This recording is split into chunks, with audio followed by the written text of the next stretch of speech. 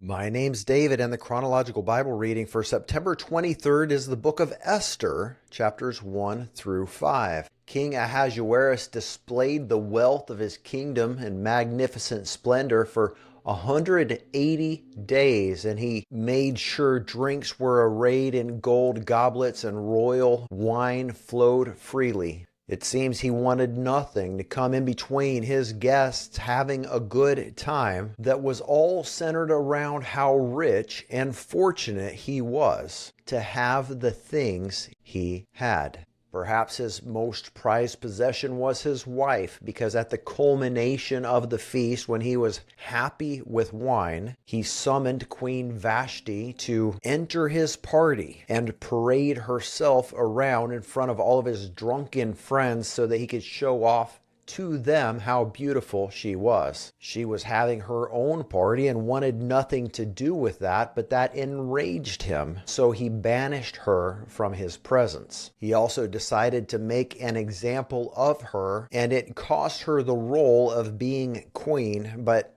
perhaps she was better off not having anything to do with him. It is definitely unfortunate when people in positions of authority use their power and influence for their own selfish gain. Sadly, Ahasuerus was likely showing off all of his wealth and splendor in order to gain respect from the nobles and regents at his party. Don't we all desire respect and honor from the people around us? In chapter 2, he regrets his mistake after his anger subsides, so his attendants suggest that he find a replacement for the queen by holding a royal beauty pageant with the winner to become the next queen. Christians love this story because of the irony and how God uses all things for the good of those who love Him and are called according to His purpose. But it's easy to forget about the heartache that a lot of people went through during these literal historical events that took place. I can only imagine that Esther, also known as Hadassah, did not want to be part of this royal pageantry that would result in her being one of hundreds or maybe even thousands of other women who were being used by this immature and sadistic king. Yes, it's easy to romanticize this story with its rags to riches perspective, the poor little orphan girl who saves her people. But what nice girl would want to marry a man of that character? As nice as it is to be good looking, especially the most good looking, do any of us really want to be chosen based on just how we look? Certainly Esther was physically beautiful, but surely, like the rest of us, she wanted to be seen and heard and understood, and it's highly likely that she never received any of that from King Ahasuerus. It could be stated that Esther sacrificed her life from the moment she agreed to enter the pageant under the direction of her legal guardian and cousin Mordecai. The last paragraph of chapter 2 shares how Mordecai uncovered a plot to assassinate the king, and we will reference that in tomorrow's reading and explanation. In chapter 3, we are introduced to the evil Haman. He is elevated to a position of second in authority in the entire kingdom. And in another display of his short-sightedness, Ahasuerus issues a decree that everyone in Persia must pay homage to the evil Haman. Haman had power, and power tests character. In fact, the more power you have, the more easily your faults and sinful tendencies are likely to be seen, if not experienced, by those around you.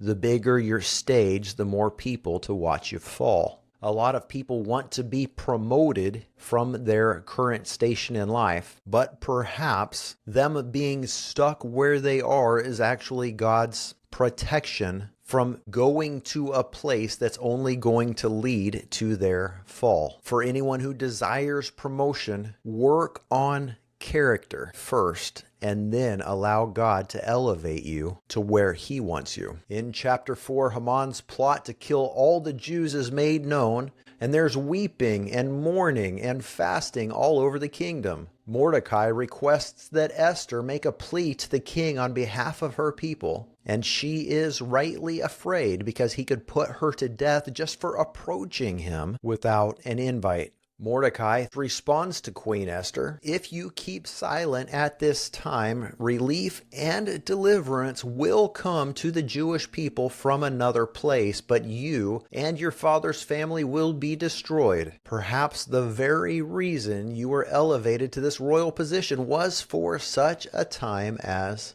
this." Mordecai has been praying and fasting, and it seems as though from this point he's already heard from God that God is going to protect and bless his people. He is extending to Esther an opportunity to be on the right side of history by risking her own life and exchanging it, perhaps, for the tens of thousands of lives she would spare. Mordecai knew that God was going to deliver his people. Esther had to conquer her own fears and once again place her life on the altar of God's mercy and trust him to do what was best for her and for everyone else. At risk to her own life, she invites the king and the evil Haman to join her for a banquet.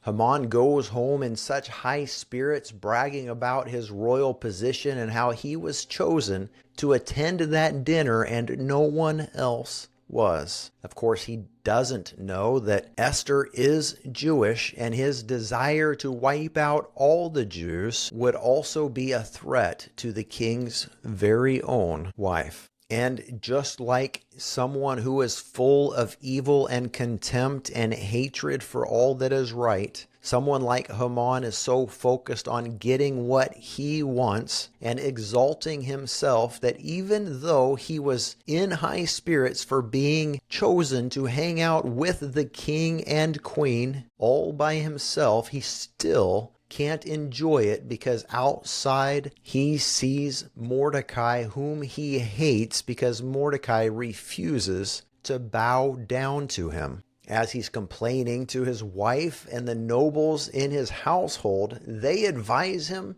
to request that the king have a huge gallows built that stands 75 feet tall, and on those gallows to have Mordecai hanged. This evil plot gives Haman peace and joy. And that's where the story ends, at least in today's reading. May God bless you. Thank you for being on this journey with me. We'll see you tomorrow.